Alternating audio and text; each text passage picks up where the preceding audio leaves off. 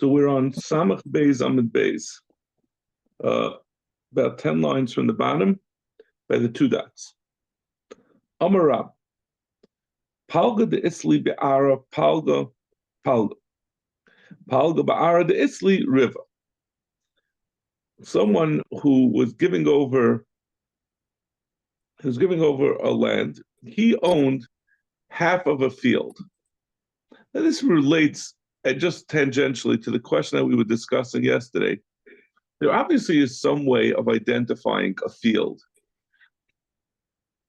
I don't know what it is. Like I said, maybe it's the way that it's called by the field, like we've said the B'nai Beis Chia.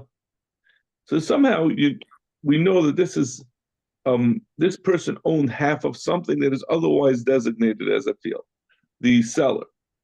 And and then he resold something, and we're not sure exactly what he sold from his half of a field. He said the lashon.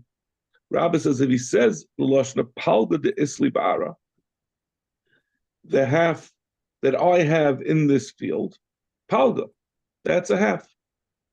Palga ba'ara de isli, but if he says half in the land that I have, river, that's a quarter, because he's saying I'm giving half of what I have.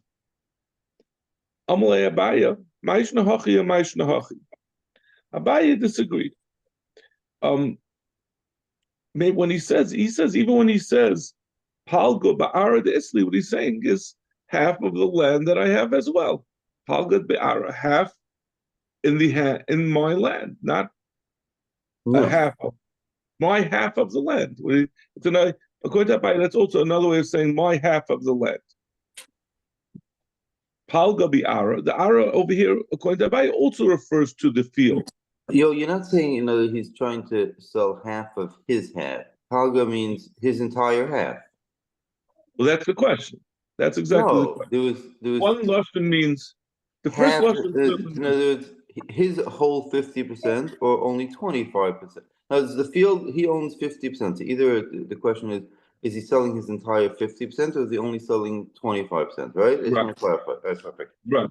So the first lashon palga de isli ba'ara, then he certainly means that my 50% that I have in the land. But when he says palga b'di'ara isli, that could be interpreted two ways. That could be half in the land that I have, which would mean a quarter, or it could be palga bi'ara de isli, the half of the land that I have. I guess it just depends on where you put the comma. So Abaya says ma'ishna hachi and ma'ishna hachi. He says both of them sound like it's talking about half, like the second interpretation of the second lashon. Ishtik. Rabba was silent in response. Amar Abaya, anos savi mit ishtik kubuli kabla. I thought from the fact that Rabba did not respond, he was maskim, Velohi, but it's not true.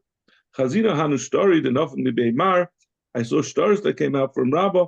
V'ksiv b'hu hachi palga de isli be'ara palga be'ara de isli river.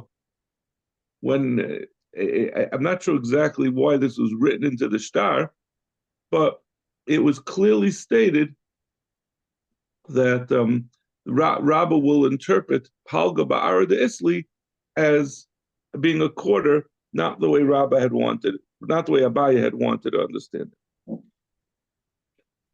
But so that one I could somewhat understand the lashon over here. This next Gemara, I just don't know how the lashonis amashma. Amrab meitzer ara demino pliga palga.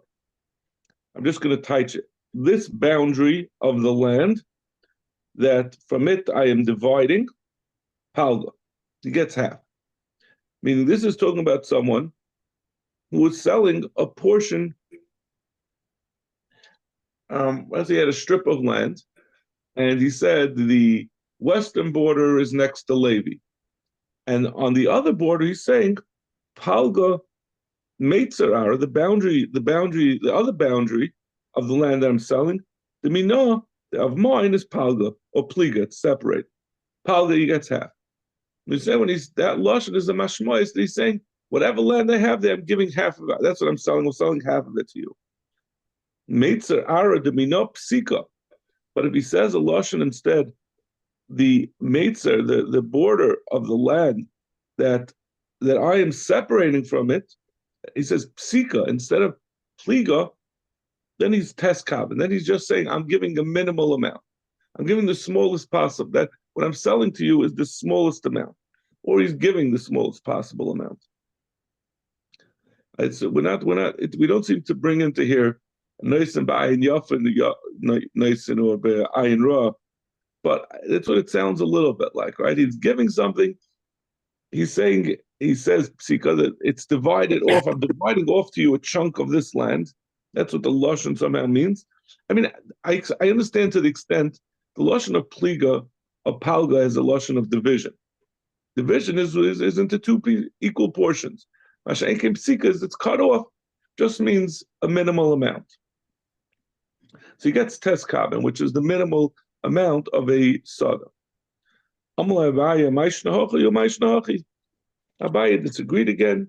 He said, "What? Even if he says psika, well, we don't know exactly what Abaye means. Sounds like Abaye is saying, why should whether the lashon of psika or palga should not be any different?"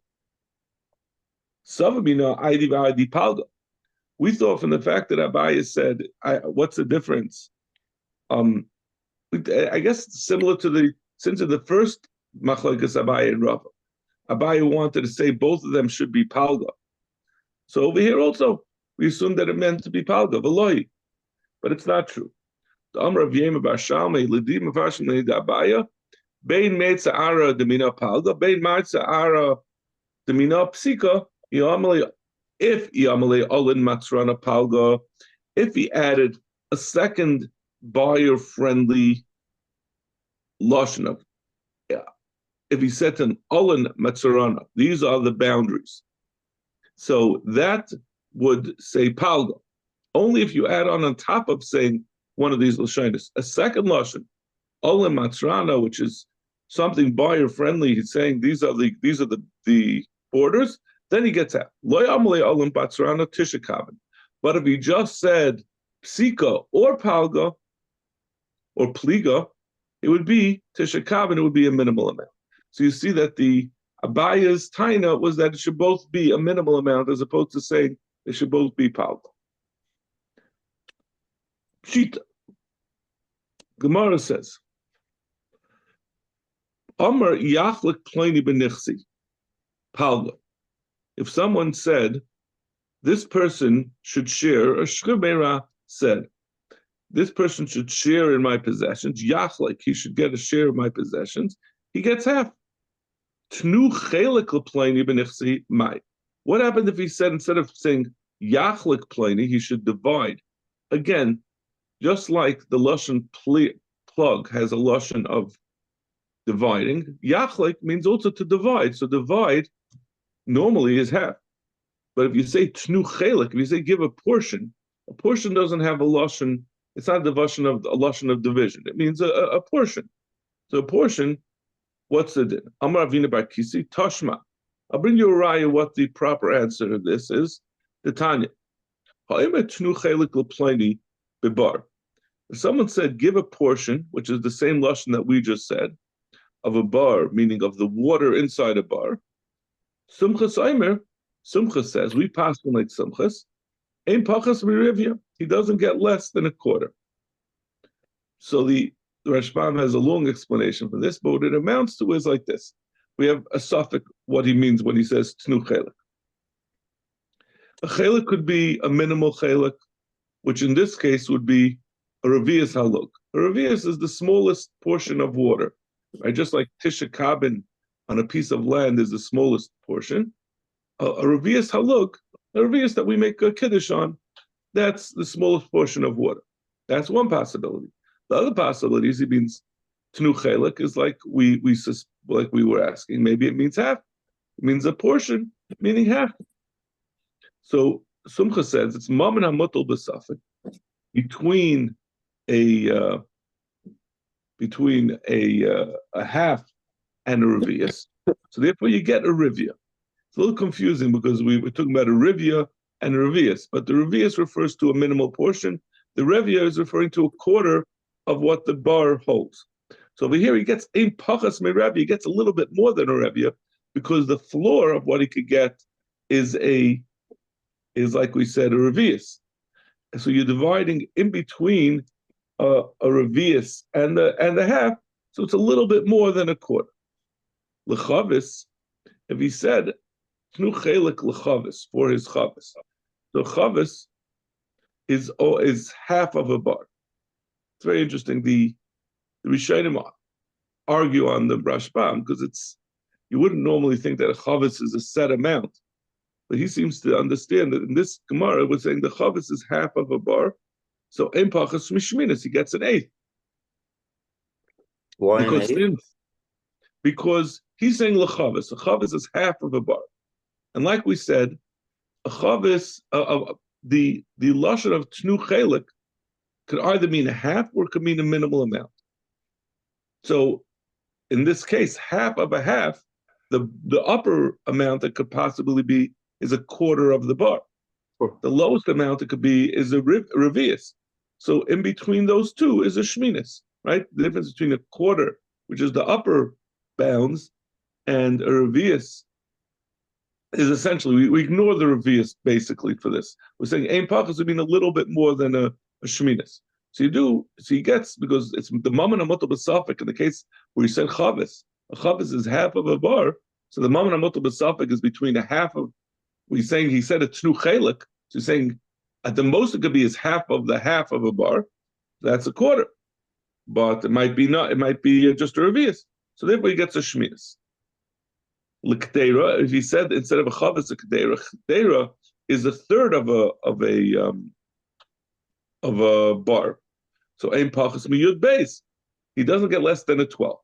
Since he said a sixth, so I'm sorry, a third. So the question is, he said tnu chelik, give me a chelik of a kedera. So he's getting only half of the kedera. So that would be at most that would be a sixth. But we're not sure if it's a sixth or nothing. So half of a sixth is yud beis. The tapiach is a quarter of a bar. Ein pachas mishisha, so that it's not less than 16. Well, again, the same cheshbon that a tapiach is a quarter, and the most of half of a quarter would be an eighth, and he gets half of that, which is a 16. Are all these measurements based on the size of the bore? So that's the thing. Yeah, this Gemara is unusual. That seems to understand that these are absolute amounts that as a bar is, let's say, 100 gallons, and a chavis is 50 gallons, and a kedera is 33 gallons, and a tapiach is 25 gallons. So when we say let's say a shminis, it's a shminis of a bore, not right. of a right. It's all the calculations are, the final calculations are a little bit more each one than, let's say, a shminis is an eighth of the bar, right? So this comes back. This answers our original question. Our question was, you say tnu chelik l'pliny, it means he'll get it either means a chelik, I guess if it's a karka, it could either be 9 kavim, or it could be half. So you'll give him the difference between half. It'll be mammon hamutal b'safek, and he'll get a little more than a quarter. That will be the answer to our original question. Tanu Rabban, Ben Levi shemachar sadul Yisrael, a Levi that sold a field to a Yid, a non-Levi. But Amalai, and he said to him, Almanas shemaiser rishon shali. The Levi said, listen, I'm selling you this field, but I want to make a tanai. I want to require that you continue to give me the meiser from this field. Yisrael is not really losing anything. He has to give it to a Levi. So he's saying to him, I should be the preferred Levi. Meiser rishon shaloi. The tanai is effective, and the purchaser has to give whatever meiser rishon, whatever meiser is produced from this field, he has to give it to that Levi. Vim amar li ulibni. If he says, not only do you have to give it to me, if I should die, I want my sons to inherit. My sons are also Levim. I want them to right to get the Meiser, inherit the right to get the Meiser. May Sitan Labanov. If the Levi dies, Einachanami, the children, his sons will inherit that right. Vim Amalek Kolzman Shahasad Zu Biyadcha. The Levi made it tonight that, but he limited it tonight. He said, you have to keep on giving me Meiser as long as this field is in your hands. Machra v'chazav alacha. If the Yid who bought it from the Levi sold it, so at that point, the Levi's entitlement ends. And then, but then that Yisrael went and purchased it back. Ein le'alav klum.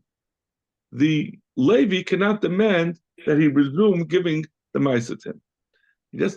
This price is giving an eitzah for the Yisrael. If he has like a brother-in-law who's a Levi, and he's getting upset that he's not getting the Meiser from his brother-in-law, he'll go and sell it to someone and then buy it back, and then he can go back, he can give it to whoever he wants.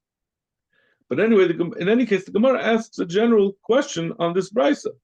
Amai, how does this work for the Levi to make a t'nai that in the future any tvua that's grown on this land, he has to give ma'aser to him? This t'nai is essentially selling the right to get the ma'aser rishon in the future, but it's a davar shelo ba'olam, but something that's not existing at the time of the deal.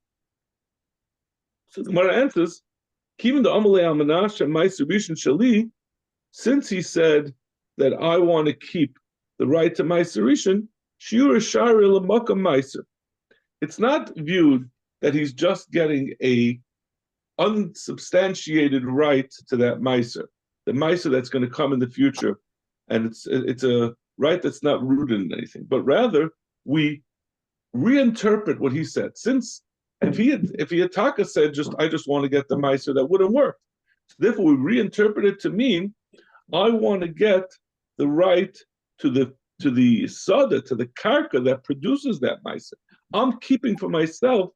It sounds a little bit like a brera type of thing, but what he's saying is that karka will eventually produce ma'aser rishon should remain by me. Now, it's hard for me to understand this, and it could be that the Rishonim explain it. If it's looked on that he's retaining that karka, so how is it ma'aser rishon? Then that karka doesn't belong to the Yisrael. So how could he be yaitze his chiyuv of ma'aser rishon by giving it to this Levi? So this is not. So I think the Rishonim talk about this, and the point is it's not a full ownership. He's saying I have a right that's sort of rooted in the land that's there. So it's not just a davar shelo ba'olam, but it's not a full ownership. Obviously, I can't resell that land. It's just a ownership that's enough to make it that it's a more concrete ownership than a davar shelo ba'olam. But it's not a full ownership that makes it that it's not really ma'aser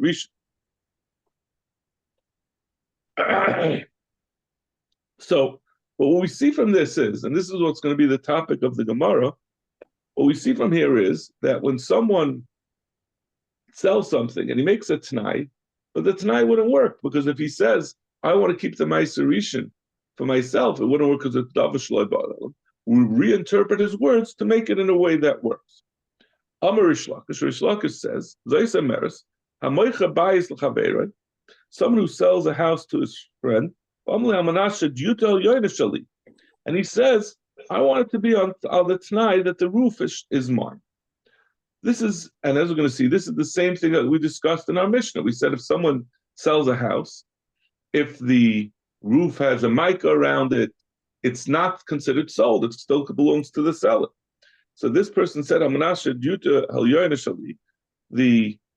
rooftop is mine, due to it does remain his. So Zak the Gemara, why Now we're understanding Diyut El Yoina means a piece of the rooftop, which is the Rashbam explains that a Diyut El Yoina means that it already has a mic around it. So the Gemara asks, what do you have to tell me this for? Our Mishnah already said that in general, when someone sells his house, if there's a mica of asar tvachim, that's not included. It's considered a separate rishos. So why are you telling me this? We said we always interpret it to include something. So Zvid Taka says, like he uses this cloud that we just saw from Ma'aser Rishon, that if someone makes a t'nai that wouldn't have any effect. This person made a t'nai that he gets to keep the rooftop, but he would have kept the rooftop just min hastam. So Rav Zvid says it's coming to tell you Taka a different din. That if he wants to stick out zizin, he's talking about someone who sold the house together with the chatzar next to it. And the din is, if you have a rooftop, you can't stick out zizin from your rooftop into the other person's chatzar. But by making this t'nai, he retains for himself the right to make extrusions, to make protuberances from his rooftop. So that is an application of this din. Rav Papa says it's telling you a din that if he wants to build on, as the Gemara is going to explain, right before the next Mishnah on the next blot, he's coming to say that if you want to build, if this house falls down, you retain the right to rebuild the rooftop and get it again. So Bishlam lives in Hanu Tani Zaysei Maris. Where it says we understand according to Rav Zvid, that's what it said, Zaysei Maris, because this is an example of where someone made a t'nai that wouldn't have had any effect because he owned the rooftop anyway. The seller continues to own the rooftop, min hastam, if there's a fence around it. So this is an example. Ela Papa, my Zaysei Maris. But according to Rav Papa, it's not coming to. He just has a right that if the roof falls down, he could rebuild it. That's not that we reinterpret the t'nai to add something, to add an ownership. That's a right. It's not that we're giving him something because by making it effective. We're saying that he gets when he says the Diyut El Yoina, he's keeping a right for himself. So Tamar Kasha, it's Taka Shver that according to Rav Zvid, according to Rav Papa, this is not really a good example of the klal that we saw for the din of mice. Even though there's the two dots, this is still really a continuation of the previous Gemara. Amar of Dim min Adai. Hay man de mazvun le beis lechaver. Someone who sells a house to his friend. Afal gav the kosav le umka veruma. Even though he wrote that I'm giving you, when I'm selling it to you, I'm selling to the depths and to the heights. If he wants to sell him the bar, it's definitely ikka chasam nasef. There's something missing for this Gemara. It doesn't mention the primary fact that we're talking over here about selling a bar. We had this back in the Mishnah. The Gemara had mentioned this a couple of times, that even though someone writes, we had this in the Mishnah, even though someone writes, I'm sorry, it's the Mishnah, it's the next Mishnah, I think. Yeah. If you look on Amud Aleph, it says, okay, that's the next thing. But someone who you don't buy a bar of this, even though you wrote Kasavli Kaviyar. So this is what Rav Dimi is referring to. Even though he wrote Veruma, he's not going to be kind of the bar, like the Mishnah said. He has to write an additional thing on top of Veruma. He makes a second lashon, and that we interpret to mean that he's including the bar. Like we said, a bar is a cistern. It's something that holds water. It has a different function than a house. When we talk about a bar, you're thinking about like a sewage pit, like nowadays everyone has their own water tank for their house. But then a bar or a dus or one of these different types of cisterns for holding water was considered a separate the commercial endeavor that he would use to sell water from. So when you sell a house, an apartment doesn't include that.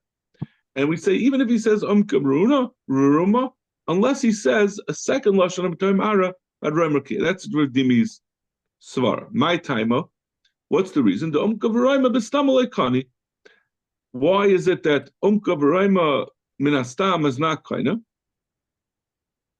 He said because ahani umkavaraima lemikne umkavaruma. Because when he says to the depths and to the heights, it's coming to say that which is on bottom, meaning that the seller can no longer dig underneath, and he can't build. He doesn't keep the air rights for himself. And that's why, since umkavaruma does not refer to a pit, it refers to the ability to dig underneath the house, but it doesn't include this separate commercial endeavor. Therefore, if it's only if the seller adds a second clause, he says then it's in lamikna barvedus umachilas. So tomorrow, let's bring a raya to Rav Dimi who says umkavaruma doesn't include the bar. This is a raya from our Mishnah. The Mishnah, that's what the Mishnah said. You don't get the bar on dus unless you wrote umkavaruma. So this l'chayra, Rav Dimi seems to be just parroting what our Mishnah seemed to say. If you'll say that minastam, a person always gets umkavaruma, he always gets, the seller always sells the right that he's not going to be allowed to dig underneath the house, and he's not going to be allowed to build on top of the house. So then, what is he saying umkavaruna for? It's coming to tell you to sell the bar and dus from the fact that umachilas. From the fact that the Mishnah says not like that. The Mishnah says even if he says umkavarima, the bar is not sold. So that seems to be a raya like Rav Dimi. So tomorrow, no, the light cost of late. The Mishnah is talking about where he didn't say it. He didn't say umkavaruna. What are you saying? It's as if the Mishnah was saying the Mishnah was where he didn't say it. Like I said, if you look on Amud Alpha, on the next Amud, it says What are you saying? He didn't say it. The Mishnah says he did say it.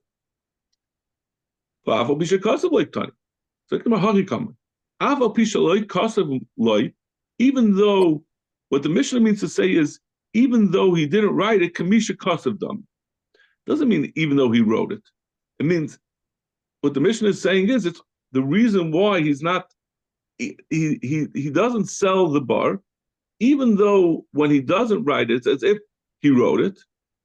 Kamisha Kasav Lemika Umkaruma Lemikna Bar Vadus. Even though I'm sorry.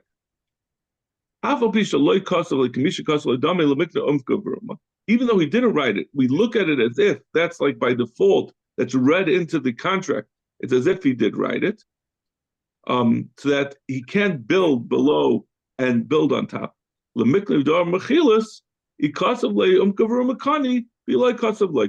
you could still understand it that only if he's wrote umkavaruma is it going to be kani, but if not, not. Okay, we'll stop over here and we'll continue with the rayas to Rav Dimi tomorrow. Shkoyach. Shkoyach.